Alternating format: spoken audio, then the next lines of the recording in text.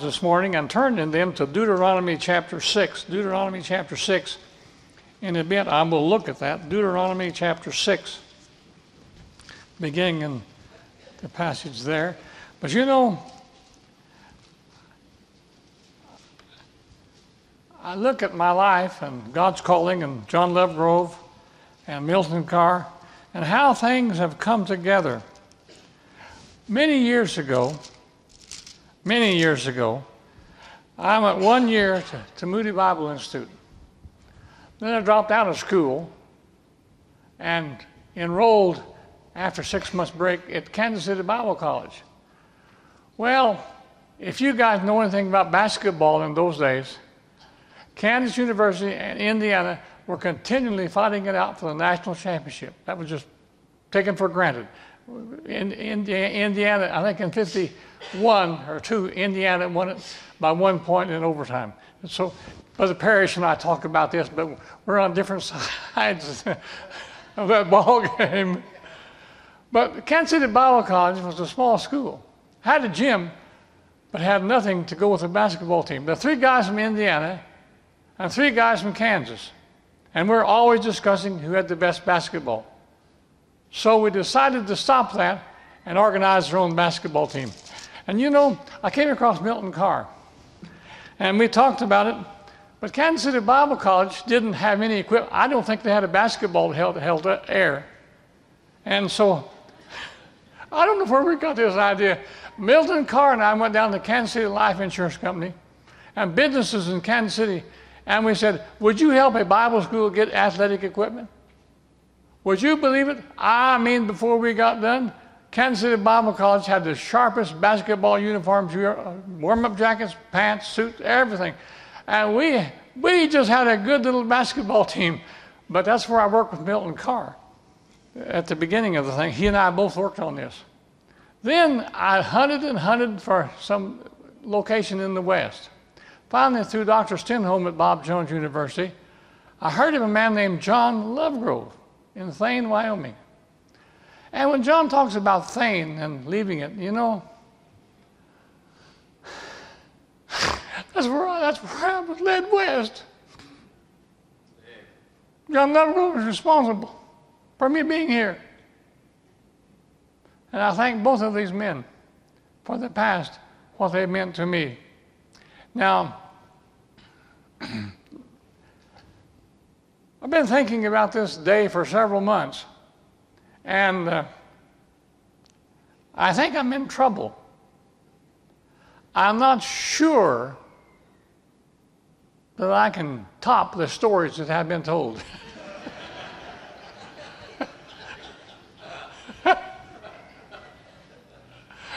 But you know, I got to thinking about it.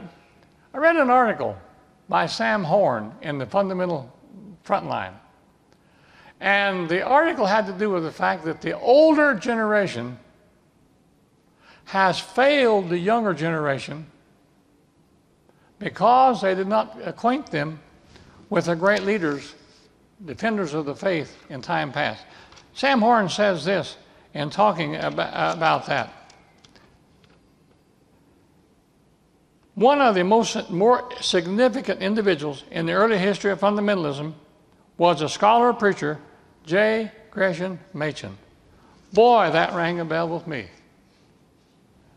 Robert Dick Wilson, J. Gresham Machen, Benjamin Warfield. Now, they were Presbyterian. But they were the leaders in the battle against modernism. They taught at Princeton and helped start Westminster Seminary.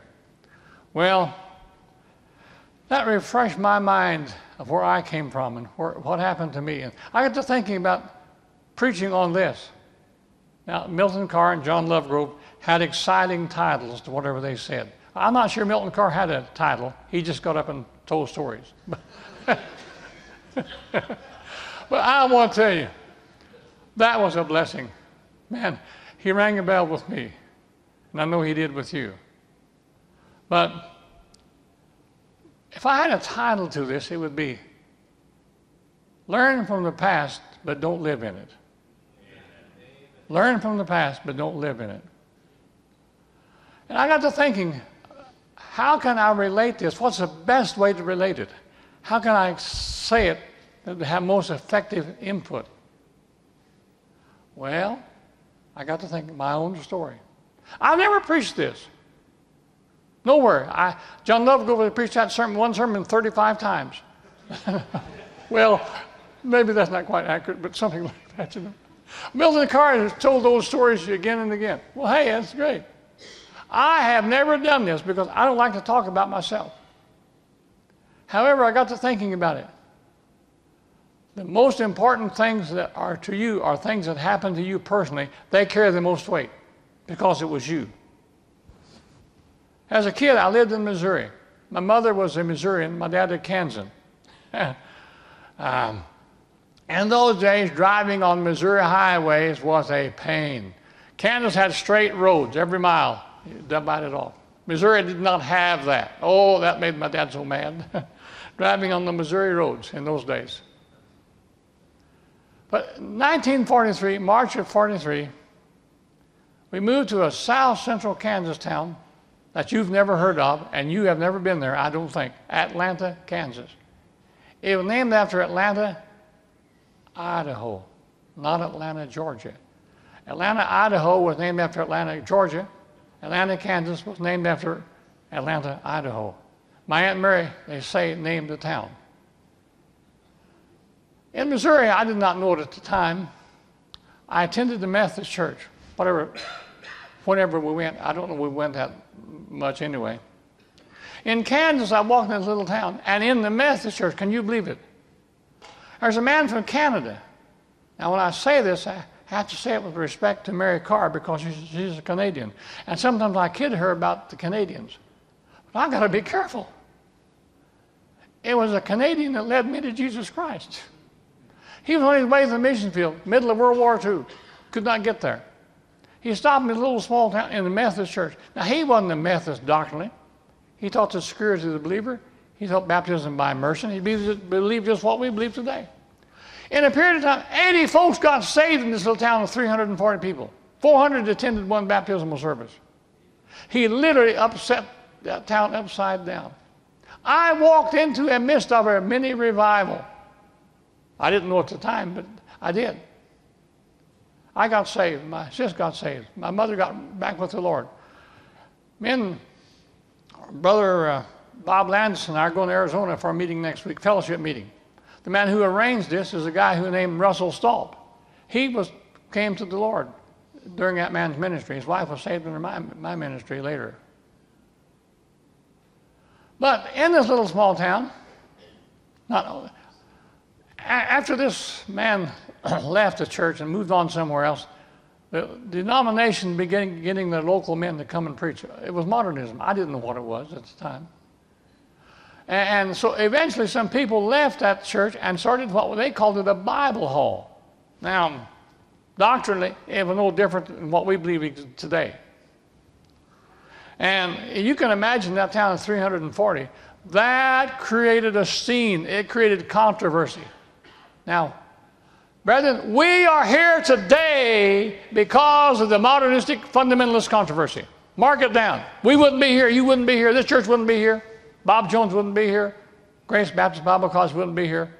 We are the results of fundamentalist modernist controversy. This kind of church would not be here at all were this not the case. That's where you've come from. That's where I've come from. We owe it to some men, such as Machen. Well, anyway, in that little town also were some other churches.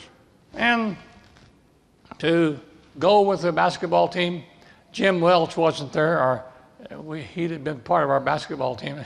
He'd have been the star, and I'd have been on the bench with him around. I wouldn't have got to play very much if he'd have been there. But I would go to other churches. I was just a dumb kid. I didn't know what was going on. Oh, man, they talked on the Sermon on the Mount. I seemed like, they milked that cow to death. What's going on here? Every time you go to one of these churches, they preach on the Sermon on the Mount. Well, I didn't know then, but the old-time liberals looked up on that as more anti-supernatural than the rest of the Bible, and so they referred to it. And, oh, man, they promoted a preacher named Harry Emerson Fosdick, pastor in New York City. Leading modernist of the day. He's the old classic modernist. He didn't believe, he laughed at the miracles of the Bible. Had a famous sermon that he preached. Will the fundamentalist win? Boy, he was right at the core of this whole thing. I didn't know.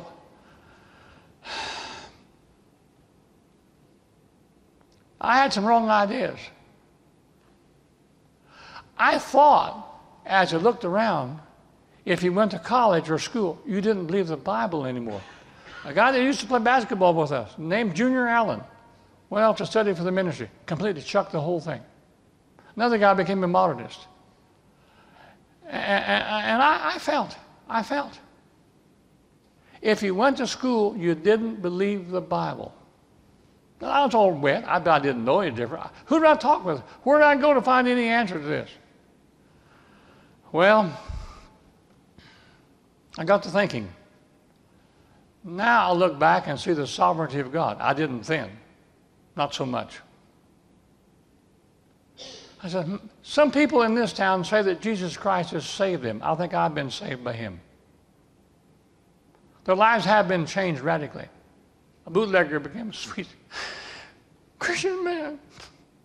It blessed my life tremendously. But yet there were others that became modernistic, and there were modernistic churches. What's the answer? Well, now here comes another sermon title that I'm not going to preach. Popcorn, Kansas basketball, and the Bible. Boy, you talk about an inspired sermon, that is one.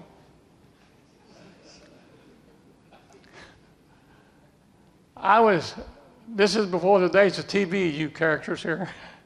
Had an old radio.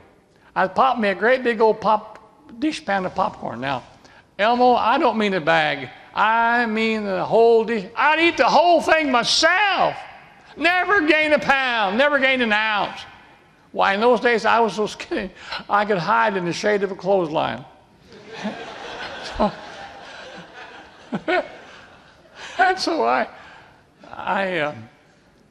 eat my popcorn and listen to KU and K-State play basketball. Some of those players were from our area. Boy, I was an avid fan. I listened to them after my popcorn was gone and the game was over. Get the Bible out and read it.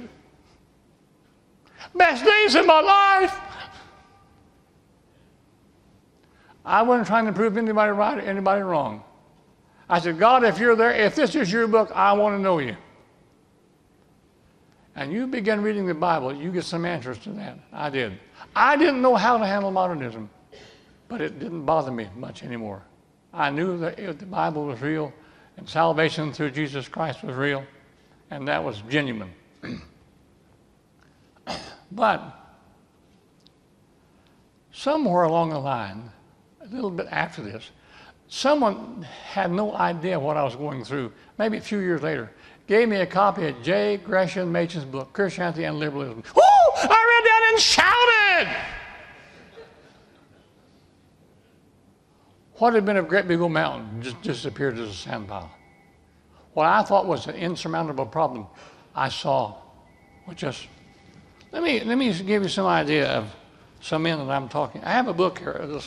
Is Higher Criticism Scholarly? Now, this is the basis for modernism. Now, I'm not here to teach you on criticism, but higher criticism led to modernism. German higher criticism produced modernism. That's where it came from. I didn't know in those days. That's where it got started. Robert Dick Wilson was a professor at Princeton Seminary, and while he was there, he went to Europe. Of course, in those days, unless you went to Europe, Germany in particular, it was thought that your seminary education was not finished. That's where Dan Fuller went. That's why he got so weak on some things. Machen he knew 45 languages and dialects. Brilliant man. He decided to do this. Going to study 15 years language study, 15 years of biblical textual study, and 15 years of writing. He divided his life that way. And Machen This book is a friend of Machen's, Robert Dick Wilson. This is the guy I'm talking about here. Robert Dick Wilson said this: I have now come to the conviction that no man knows enough to assail the truthfulness of the Old Testament.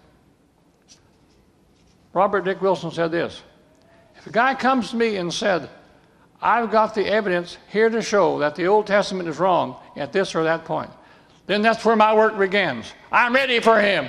Ha! This man went to Germany, studied, came back and defended the faith, and showed that modernism, he said that modernism was a hogwash. It was a subjective opinion of men. It had no foundation. That's what Robert Dick Wilson said.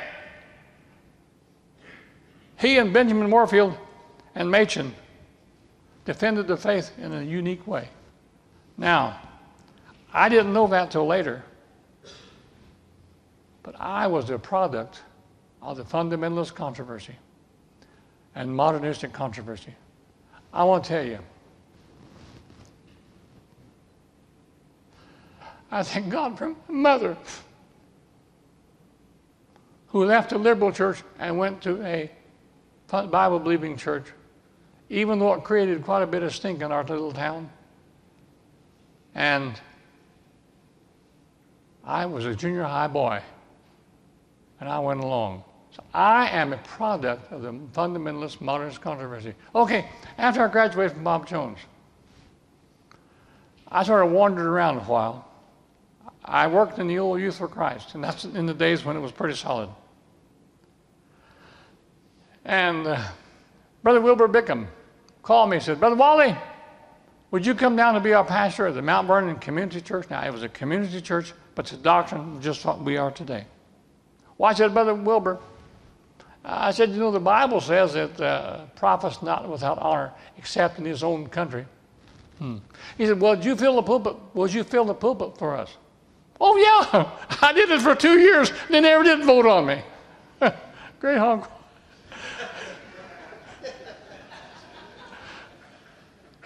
But I had while I was there, I met Norma. But I had 2 great years as a country preacher. Invited Doyle Hopper from Wichita, the First Bible Baptist Church, to come down and hold an evangelistic meeting. Boy, every night we packed the church. Young people by the scads were saved, especially young people from a local Methodist church that was modernistic. And those kids went back to the Methodist church and said, why don't you preach on salvation by grace? Why don't you give an invitation? Every time these people opened their mouth, they buried me. One of these young people has been on the mission field for years, a wife of Richard Hester. He worked with the Lebanese. She was saved in that meeting. Man, what a great meeting. Brother Carr talked about the blessing. Man, that was a blessing to me. Dumb, green preacher, country boy. Boy, it was just great. Well, behold and lo. One Sunday morning, we go to the church. It's padlocked. I never did know for sure, but I think a local Methodist bishop and the father of one of the saved girls out of the Methodist church had padlocked the church. I didn't even know the Methodists owned it. I thought it was a community building. Well, we just went across the street, kept moving on in the schoolhouse. Then Norma and I got married, and Norma's dad, who was a deacon and a Sunday school teacher in a church in Wichita. Hey, Wally, it's snowing tonight, and we're not having services. We didn't either. Back in those days, if they get a half inch of snow, they shut everything down, you know. And so, First Baptist Church in Wichita, which was American Baptist, 4,000 members, giving $40,000 a year to the convention. The deacons had made a recommendation that they leave the American Baptist Convention because of their association with the World National Council of Churches. Oh, that was in the paper, that was on TV, that was a big old stinking thing in the Wichita area. And boy, the local council of churches were criticizing the deacons of the First Baptist, and they were writing articles in the paper. Oh boy, it was a well-known stink. It's the biggest American Baptist church at the time, 4,000 members, downtown church. Their pastor was F.B. Thorne. Now, I think he smoked the best cigars they were. But he preached it. Now, whatever, he preached the Bible. I heard him on the radio. He was a Bible preaching man. So some of the churches in Wichita got together. We put an ad in the paper backing the deacons of the First Baptist Church. I think we had a full page or 2/3 page ad in the Wichita Beacon. Maybe it was Wichita Liar. I'm not sure. But so Norma's dad called me. Hey, Brother Wally, they're voting on this deal tonight down at the First Baptist. So we went down there. And F.B. Thorne, the pastor, had invited a guy from the American Baptist Convention to come and literally tell them why they should stay in the convention. He didn't say much, except that Baptist distinctives are being perpetrated in the World Council of Churches. After he spoke, F.B. Thorne, a white-haired man now, stood behind the pulpit, held up his big old Bible. He said, I've never known where these people are coming from, meaning the National Council of Churches people. Therefore, I cannot work with them. Man, the church went mad. We shouted and clapped and jumped up and down. Norman's dad and I, we joined them. And this dignified W.C. Coleman went to this church. This church voted to come out of the convention that night, about 1,000 to 200 people, something like that. It was an overwhelming vote.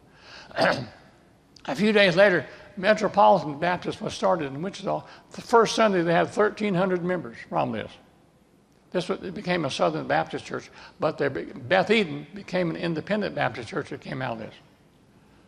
So I walked right into the thing. Again, fundamentalist, modernist controversy. Now, brother, all I'm saying this is, there were some important issues at stake here. This was not a game. This is not some mad old men and women just contrary-wise couldn't get along with anybody. They were fighting for issues. And as a young man, I got caught in it. I was not part of it. I was just coming on. I was there at the time. I know what happened. So maybe you haven't been there, but what I want to say today, you are the result of the fundamentalist modernist controversy, and don't ever forget it. You wouldn't be here were it not for men that stood by the faith. I knew men that lost their retirement, men that lost their jobs.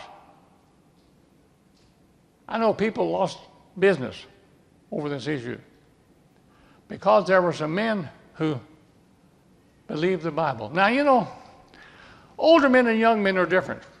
And for instance, to decide an issue, a biblical issue that will be discussed, old men would ask this question: who said it? Young men say, what does the Bible say? I think they're beating us to the draw here. Well, in those days, J. Frank Norris of the First Baptist in Fort Worth pastored the First Baptist in Fort Worth and the Temple Baptist in Detroit. The two biggest churches in America, he pastored at one time. And he would drive back and forth from Chicago to Fort Worth on the train, later on in the plane. Young preachers would get on the train just to be around J. Frank. Harvey Springer in Denver. Bob Ketchum of Garb background. There were prominent men who took a stand. And if you wanted often to decide an issue, you'd say, what did they say? Young men say, no, it's what does the Bible say? I think there's a little lesson for both here. Now, secondly, also, when I grew up, I didn't go to that seminary, but R.B. Clearwater taught homiletics. And his class was entitled Preaching Without Notes. Well, a lot of young men use notes. Boy, to type out a sermon to type out my whole sermon, I would die. I've done that, but it's not a continual practice, I assure you. But some men do. You know Matt Johnson here.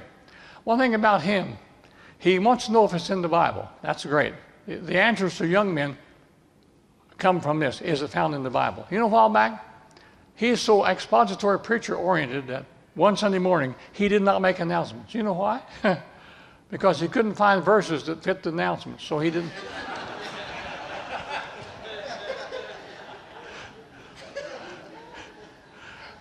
And also, Brother Matt, one Sunday a while back, he announced to the people here that he was going to preach a series of topical sermons. 30 people fainted.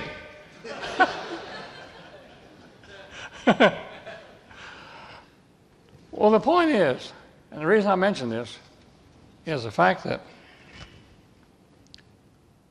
we're here today because of this controversy. And now, men, don't ever forget it. Don't ever forget it. There were issues at stake that were fundamental, that men fought for, and women fought for, and groups fought for. Oh, yes, there was, as Brother Carr would say, there were some hammerheads among them. Oh, yes. There are always men that take advantage of a fuss to rise to the top. Always some people very unspiritual that take issues and use them to promote themselves. Oh, that's sad. That's terrible, but it does happen. That doesn't discredit the issue, though. There was a controversy, and it's a controversy we should not forget. We have been birthed by this controversy. It is a controversy we need to defend and explain, teach the younger generation all this. Yes, Sam Horn is right. The old men failed teaching the young men about the great worthies of the faith, or about biblical separation. In that article, Sam Horn talks about Dr. Edmund, who was in the same group with Machen. And Machen says this about Erdman. Dr. Erdman does not indeed reject the doctrinal system of our church, but he is perfectly willing to make common cause with those who reject it.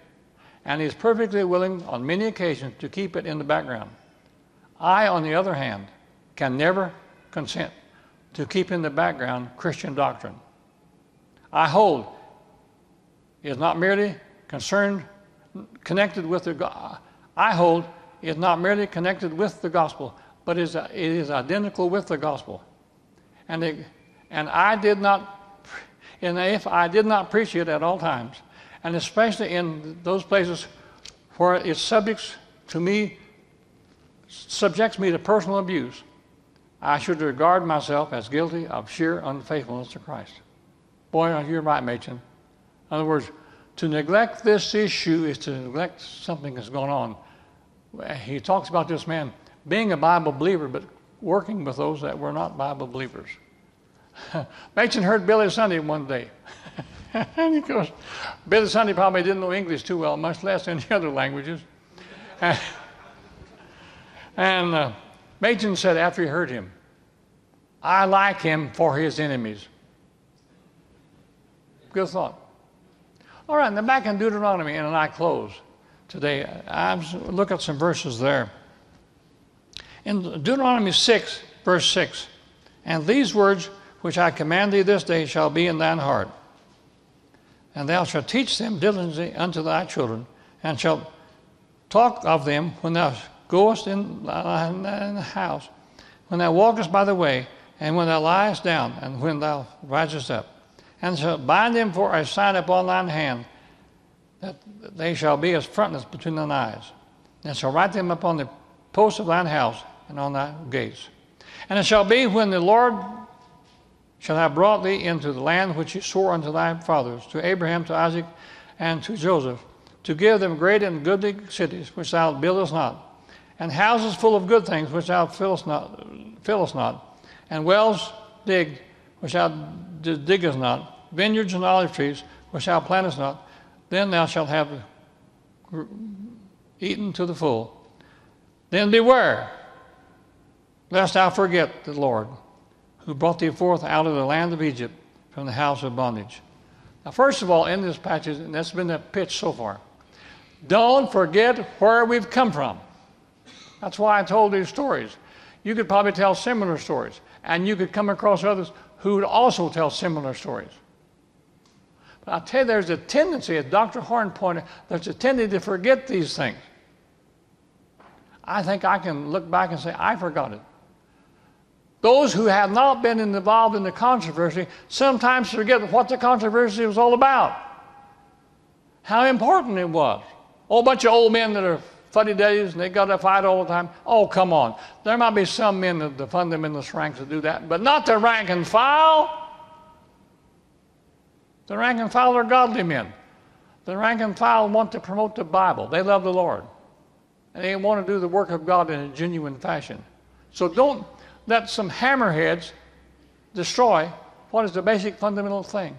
Don't forget it, he said, told the Israelites. Don't you forget where you came from. This is where you've come from. Remind you, remind you, remind you. Bong, bong, bong, bong. Keep hitting that note. And young men, don't forget it. You were not there. I was there just because I happened to be there. That's all. I can't say it was my choice to be there. I was born in Phoenix, Arizona, because I wanted to be near my mother. So, you know, some things you can't help. You were not there, but don't forget the lessons from it. You would not be here today were it not for the fact of these men such as Machen. They led the way in the battle for us. Look at Deuteronomy 6 in verse number 13. Thou shalt fear the Lord thy God and serve him, and shalt swear by his name. You shall not go after other gods, of the gods of the people who are around about you. He says, first of all, as you think about your past, fear the Lord.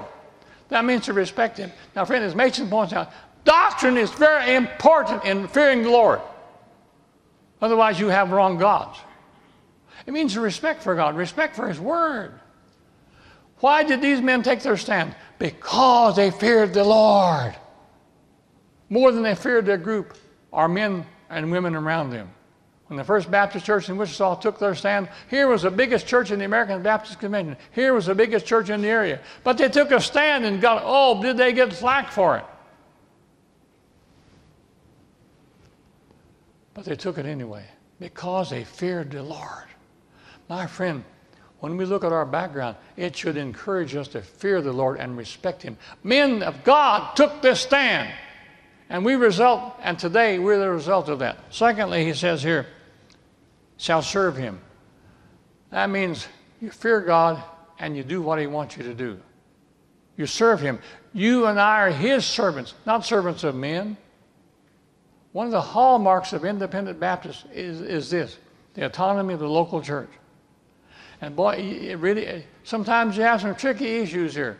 In my ministry, I've been involved in 2 meetings with deacons and pastors. Now, they asked us to come, but the deacons and the pastors were not getting along. They asked us, Milton Carr in one case, and another case, I think it was just me, to work on some problems they had. What precious meetings these were. Man, if I could have talked you into going, I'd let you go. Man, you know. But this doesn't cause you to shout. It causes you to scratch your head and want to get out of there. But you've been asked to come and help if you can. Serve the Lord. And serving the Lord means understanding where we've come from and why we are where we are.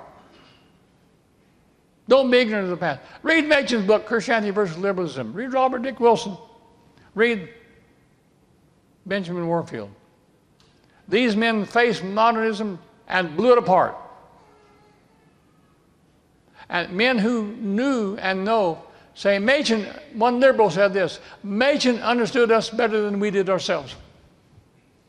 Amen. But you serve the Lord. One thing about it, sometimes battles make us weary, make us super negative, because everywhere we turn, we see a modernist. But let me tell you some things that maybe on the positive angle of this thing that have come from this controversy. Number one, as a result of this controversy, many, many Bible schools were started to train preachers. Bob Jones was started. Bob Jones had this in mind. Some of the older schools were not started, such as Moody, because of this, but many Bible schools were started because of wanting to train men in the fundamentals of the faith. They were wanting to get away from modernism. Secondly, in this regard, there are some good things from it. I'm sorry. I've got to refer to where I've come from. I look at Wichita, Kansas, and I know that quite well. When I was growing up in that area, there were many big modernistic churches, very few Bible teaching churches. Man, all over Wichita today are Bible teaching churches, huge Bible teaching churches. Now, they wouldn't always agree with us on everything. They would be some different. There's a Central Christian. They run 2,000 on Sunday. But the salvation by grace is preached there, not baptism, regeneration. But I know some people that went there. East of Wichita is a huge Presbyterian church, but known for its Bible teaching. First Bible Baptist Church was a great influence at one time. It's not as powerful as it was. But there are independent churches all over that town. Bible churches, many, many churches that preach the gospel. The point is not maybe mentioned. Churches associated with the World Council and National Council of Churches, those churches since the 40s when I began, have gone down. The Episcopalians, and the Presbyterians, the Methodists, they've lost about 1/3 of their people. But as the papers and the books say, but the evangelical churches are growing. There are a lot more of us now than there were when I came into the fold. The point I'm making is, God is doing a work since that day. Men who took their stand have led to churches being built and established. Many of those were away from liberal churches, starting independent type churches. Now look around Wichita today. Man alive. And again, I must be very careful when I say this, because we wouldn't agree with everything that's going on there. Some of their positions would not be acceptable to us. But people are being saved in these churches. Many, many of them. Whereas one day the modernists controlled the roost. They don't control it anymore. Because the Bible-believing churches have come about as a result of this issue. So this morning, this afternoon it is now, learn from the past, but don't live in it. I knew some preachers in the midst of this controversy, all they could talk about was this controversy. They were right, but they wore people out with it. You've got to do it, but not all the time. Take your stand, but not all the time. John Lovegrove said we're to be pastors, amen and amen and amen. And starting new churches. People out here, for the most part, have no idea of the issues I'm talking. They've been raised in another part of the country. They have no idea of this. And therefore, if we get up and talk why we are against ecumenical evangelism, like Brother Carr pointed out, they're going to look at us and say, where are you coming from? Never heard of that. That's crazy. But if you teach the Bible and you love them and you build them, one day they will see it exactly as the Bible teaches it. But you've got to give people some chance. God gave me a chance. He surely did, several. But today as we close this session, old men, let's do what we can to teach the young men. Young men, be open. Read about these great men of the faith who took a stand. And learn to appreciate our background. I'm not talking about me and mine. It's a background of people that love the Bible and love the Lord. And he said, you shall fear the Lord and serve him. And it's said in the context of not forgetting the past. You can't live in the past. We got to know about it and learn from it. But apply the lessons of the past to the present conditions that we're in. Because there are a lot of compromising issues out there, a lot of things that happen that can cause us some real problems unless we're walking with the Lord. I think of one time, and I close with this, one issue that I faced and had to do with Brother Wynn Terwilliger that Milton talked about. Started a church in Pinedale. At first, nobody was coming. And then a year or so later, we got the banker and the BLM manager. We had some very, very good people. Lady called me one afternoon. Reverend Higgins, I went to the World Day of Prayer today. Our church was not involved. I said, no. She said, why? Ooh, I could tell that wasn't too favorable. Oh, I said, Colleen, that involves modernism, and we can't work with it. Well, there's some fine Christians down there. I said, there might have been, but we're not working with it. Woo! She was a mite upset at me. I'm telling you for sure. Win Terwilliger had just come in the church. And for some reason, the school I'd gone to, he didn't care for at all. I thought, this guy misses me, he worked for Win in the bank. I thought, well, I better call Brother Win in and tell him what I've done. Because down the road, I could lose 6 families. Now I might lose 1 or 2. I called Brother Win in. I said, Brother Win,